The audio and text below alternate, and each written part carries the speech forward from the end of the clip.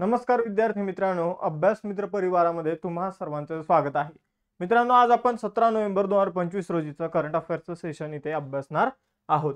जर तुम्हाला ही सिरीज आवडत असेल तर पहिले लेक्चर लाईक करा, चॅनलला सबस्क्राईब करा आणि तुमच्या जास्तीत जास्त मित्रांपर्यंत ही सिरीज शेअर करा. कारण तुमच्यासाठी आम्ही खूप मेहनत घेतो, आम्ही पीपीटीवर खूप चांगलं काम करतोय.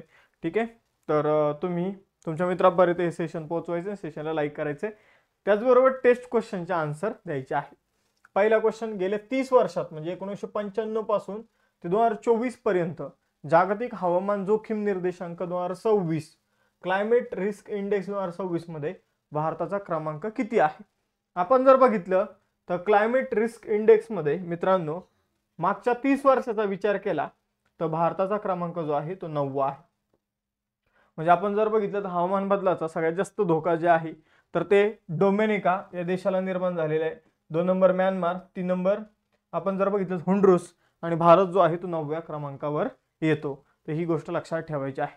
2025 मध्ये होणाऱ्या COP30 परिषदेच्या पूर्वसंध्येला जर्मन वॉच नावाच्या संस्थेने पर्यावरण थिंक टँक आहे हा, तर याने हा निर्देशांक प्रसिद्ध केला आणि मागच्या 30 वर्षात 1995 ते 2024 या 30 वर्षामध्ये हवामान आपत्तीमुळे सर्वात प्रभावित झालेल्या देशांवर आधारित ही क्रमवारी आहे आणि यामध्ये भारत जो आहे तो 9व्या क्रमांकावर आहे. आता आपण टॉपचे 3 देश मी तुम्हाला सांगितलेले. आता आपण बघूया जे चर्चेमध्ये जे निर्देशांक होते ते आपण इथं बघून घेऊया. जागतिक लिंगभेद निर्देशांक global gender gap index Bharat 131वा, आइसलँड पहिला. जागतिक आनंद अहवाल 2025 वर्ल्ड हॅपीनेस रिपोर्ट भारत 118वा, फिनलँड पहिला. जागतिक प्रेस स्वातंत्र्य निर्देशांक भारत 151, नॉर्वे पहिला. जागतिक भविष्यातील कौशल्य निर्देशांक global future skill index Bharat 25वा, अमेरिका पहिला. जागतिक दहशतवाद निर्देशांक ग्लोबल टेररिझम इंडेक्स 2025 भारत 14वा, बुर्किना फासो पहिला. Global fire power index Bharat 4था, अमेरिका पहिला. भ्रष्टाचार धारणा निर्देशांक करप्शन परसेप्शन इंडेक्स भारत 96वा, डेन्मार्क पहिला. मुक्त भाषण निर्देशांक फ्री स्पीच इंडेक्स भारत 24वा, नॉर्वे पहिला. स्टॅनफोर्ड AI इंडेक्स 2025 भारत जो आहे तो 7वा, अमेरिका पहिला. आणि हवामान बदल कामगिरी निर्देशांक यामध्ये भारत जो आहे तो 10वा, पहिले 3 स्थान खाली आहे आणि 4थ्या क्रमांकावर डेन्मार्क आहे. पुढे जाऊया, पुढील प्रश्न बघूया. भारतातील पहिला क्वांटम डायमंड मायक्रोस्कोप कोणत्या संस्थेने विकसित केला? तर भारतातील पहिला क्वांटम डायमंड मायक्रोस्कोप जो आहे तो IIT बॉम्बेने विकसित केलेला आहे. आपण जर बघितलं छोटी गोष्ट बघण्यासाठी हा मायक्रोस्कोप जो आहे तो विकसित करण्यात आलेला आहे. IIT मुंबईची पीक्वेस्ट ग्रुपने देशातील पहिला स्वदेशी डायमंड मायक्रोस्कोप जो आहे तो मित्रांनो विकसित केलेला आहे. ही गोष्ट लक्षात ठेवा. मग आपण जर बघितलं तर लहान चुंबकीय क्षेत्र असू द्या किंवा छोटीतली छोटी गोष्ट असू द्या तर ती शोधण्यामध्ये हा मायक्रोस्कोप जो आहे तो बेस्ट आहे. हिऱ्यातील नायट्रोजन व्हॅकन्सी केंद्राचा वापर करून हा काय करत असतो तर छोटीतली छोटी गोष्ट इथं बघू शकतो. आता आपल्याला एवढं डीप नाही जायचंय, आपल्याला फक्त लक्षात ठेवायचं आहे की देशातील पहिला स्वदेशी क्वांटम डायमंड मायक्रोस्कोप कोणी विकसित केला? IIT बॉम्बेने. पुढे जाऊया. आभाळ माया या पुस्तकाला 2025 मध्ये मराठी भाषेतील प्रतिष्ठित साहित्य अकादमी बालसाहित्य पुरस्कार 2025 ने सन्मानित करण्यात आलं. त्याचे लेखक कोण आहे? तर त्याचे लेखक आहे डॉक्टर सुरेश सावंत. पुढे जाऊया मित्रांनो. आभाळ माया पुस्तक जे आहे ते डॉक्टर सुरेश सावंत यांचं आहे.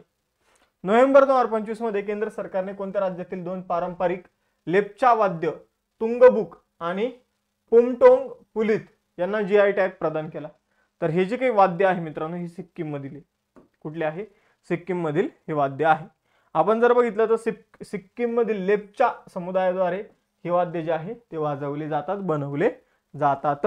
त्याला अलीकडे GI टॅग मिळालेला आहे. संपूर्ण राज्यात भारत नेट योजना लागू करणारं देशातील पहिलं राज्य कोणतं बनलं? ते बनलेलं आहे मित्रांनो पंजाब.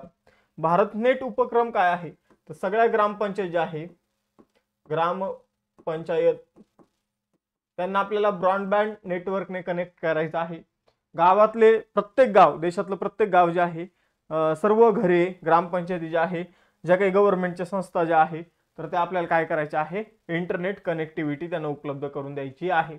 आणि मग ही इंटरनेट कनेक्टिव्हिटी भारत नेट योजनेअंतर्गत पंजाब राज्याने उपलब्ध करून दिलेली आहे. अगदी पंजाब आणि पाकिस्तान ही जी काही सीमा आपल्याला बघायला मिळते भारत पाकिस्तानची, तर पंजाब राज्यामध्ये जी सीमा आहे तिथपर्यंत आता इंटरनेट पोहोचलेलं आहे त्या गावागावामध्ये, म्हणून इझिली आपण ती सीमा जी आहे ती ट्रॅक सुद्धा करू शकतो. पुढे जाऊया मित्रांनो. पंजाब 1 नोव्हेंबर 1966 मध्ये स्थापना झाली. चंदीगड राजधानी आहे.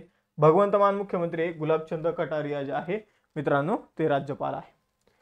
6वा क्वेश्चन आहे, जागतिक ऑटोमोटिव्ह संस्था organisation international des constructors D automobiles चे पहिले भारतीय अध्यक्ष कोण बनले? तर याचे पहिले भारतीय अध्यक्ष बनले शैलेश चंद्रा. बघा मित्रांनो, Organisation international des constructors D Automobiles ही फ्रान्सची कंपनी मित्रांनो, फ्रान्सची कंपनी आहे. ही गोष्ट लक्षात ठेवा, फ्रान्सची कंपनी आहे आणि त्याचे अध्यक्ष जे आहे ते शैलेश चंद्रा हे बनलेले आहे. मित्रांनो, आपण जर बघितलं ही कंपनी काय करते, तर आपण जर बघितलं तर ही वाहन उत्पादक कंपनी आहे. आपण जर बघितलं तर एक मोठी कंपनी आहे. हिची स्थापना 1919 मध्ये झाली होती पॅरिस फ्रान्समध्ये. हेल्डेगार्ड मुलर हे याचे उपाध्यक्ष आहे. तर अध्यक्षच लक्षात ठेवा शैलेश चंद्रा. त्याचबरोबर आजपासून यशवंत बॅचचे लेक्चर सुरू होत आहे. आजपासून आपण PYQ लेक्चर जे आहे ते स्टार्ट करत आहोत. तुम्हाला ग्रुपवर वेळ जो आहे तो कळवला जाईल. त्याचबरोबर आपल्या क्लास नोट्स आलेल्या आहे. त्याचबरोबर राज्यसेवा आणि कंबाईनसाठी आपण फाउंडेशन बॅच जे आहे त्या लॉन्च केलेल्या आहे. 21,000 प्लस PYQ ची बॅच आपण सुरू केलेली आहे. त्याचबरोबर आपल्या अभ्यास मित्राच्या नोट्स आहे आणि या सगळ्या नोट्सचा एक नोट्स पॅक आहे ज्याची फी 599 आहे. हे सर्व गोष्टी तुम्ही अभ्यास मित्र ॲप वरून डाउनलोड करू शकता. पुढे जाऊया. 7वा प्रश्न तुमच्या समोर आहे. 6व्या राष्ट्रीय जल पुरस्कार 2024 मध्ये सर्वोत्तम राज्य श्रेणीमध्ये प्रथम क्रमांक कोणी पटकावला? तर सर्वोत्तम राज्य श्रेणीमध्ये महाराष्ट्राने प्रथम क्रमांक पटकावलेला आहे. महाराष्ट्र लक्षात ठेवा. त्यानंतर सर्वोत्तम महानगरपालिका विचारली तर नवी मुंबईची महानगरपालिका जी आहे तर ती सर्वोत्तम महानगरपालिका ठरली आहे. हे एक एक्स्ट्रा इन्फॉर्मेशन लक्षात असू द्या, कारण महाराष्ट्रातल्या गोष्टी आपल्याला बघायला मिळत आहे. जल पुरस्कारावर आता राज्यसेवेवर सुद्धा प्रश्न विचारण्यात आला होता, त्यामुळे जल पुरस्कार आपल्यासाठी अतिशय महत्त्वाचे आहे. तुम्ही बघू शकता म्हणजे राज्यसेवेसारख्या एक्झाम मध्ये प्रश्न येतो म्हणजे किती इम्पॉर्टंट हा टॉपिक आहे. तर हे पुरस्कार केंद्रीय जलशक्ती मंत्रालयामार्फत आयोजित केले जातात. विजेत्यांना 18 नोव्हेंबर 2025 रोजी जे पुरस्कार आहे ते प्रदान केले जातील राष्ट्रपती द्रौपदी मुर्मू यांच्या हस्ते. पहिले 3 राज्यामध्ये महाराष्ट्र, गुजरात, हरियाणा. बघा 8वा प्रश्न 2027 मध्ये COP32 हवामान शिखर परिषद कोणता देश आयोजित करेल? तर COP32 आयोजित करणारे इथिओपिया देश. कोणता देश? इथिओपिया. अलीकडे COP30 जी आहे ती झालेली आहे बेलेम ब्राझील या ठिकाणी.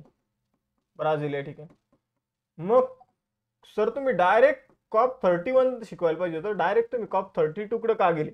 तर COP31च्या आयोजनावर भांडण सुरू आहे मित्रांनो.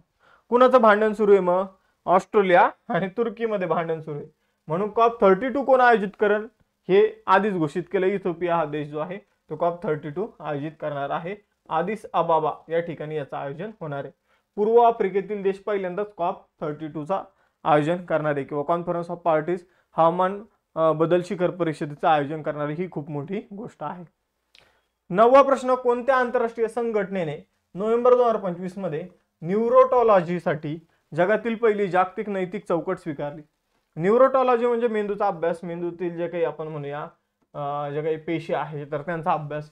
मग त्यासाठी एक नैतिक चौकट स्वीकारण्यात आलेली. नैतिक चौकट म्हणजे काय? तर याचा अभ्यास फक्त आणि फक्त उपचार करण्यासाठी केला जाईल.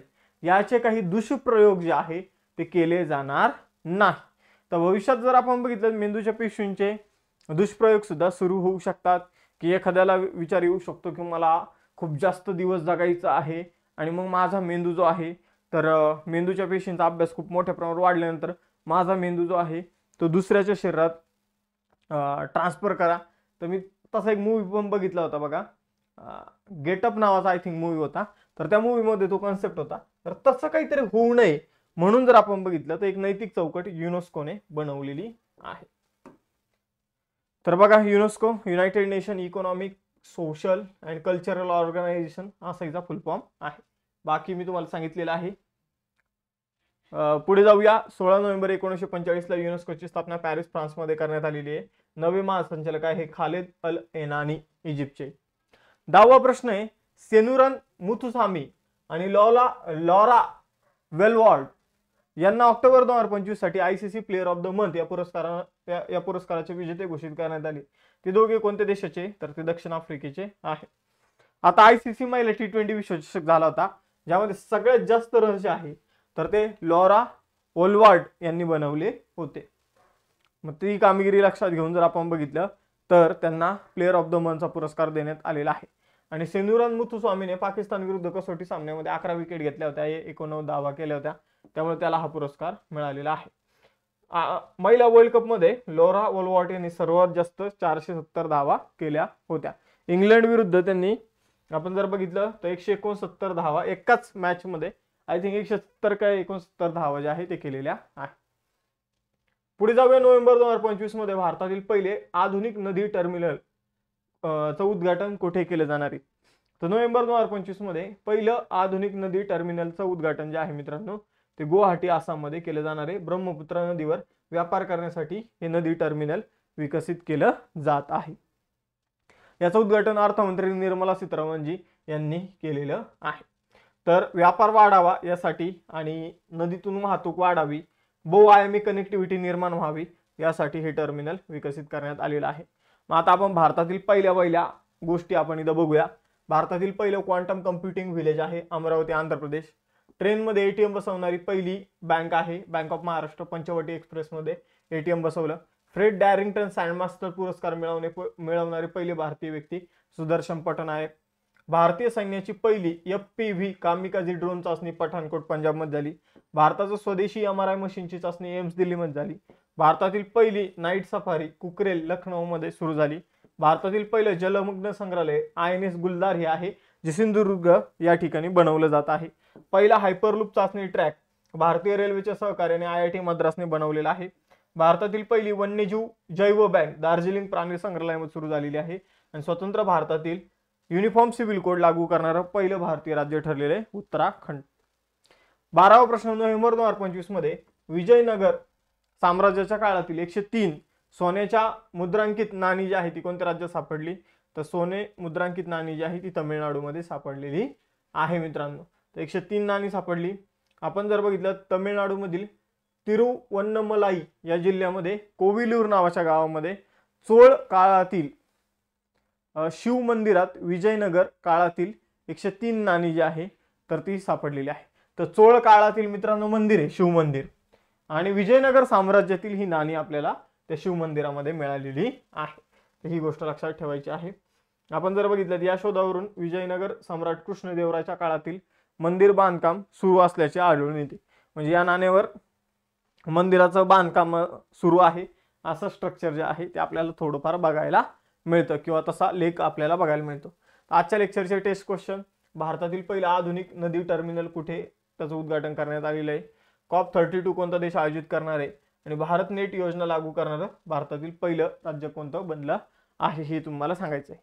आय होप तुम्हाला सगळ्यांना लेक्चर आवडलं असेल. लेक्चर आवडला असल्यास लेक्चरला लाईक करा, चॅनलला सबस्क्राईब करायला विसरू नका. थांबूया इथं, भेटूया नेक्स्ट सेशनमध्ये. चलो बाय बाय एव्हरीवन. जय हिंद.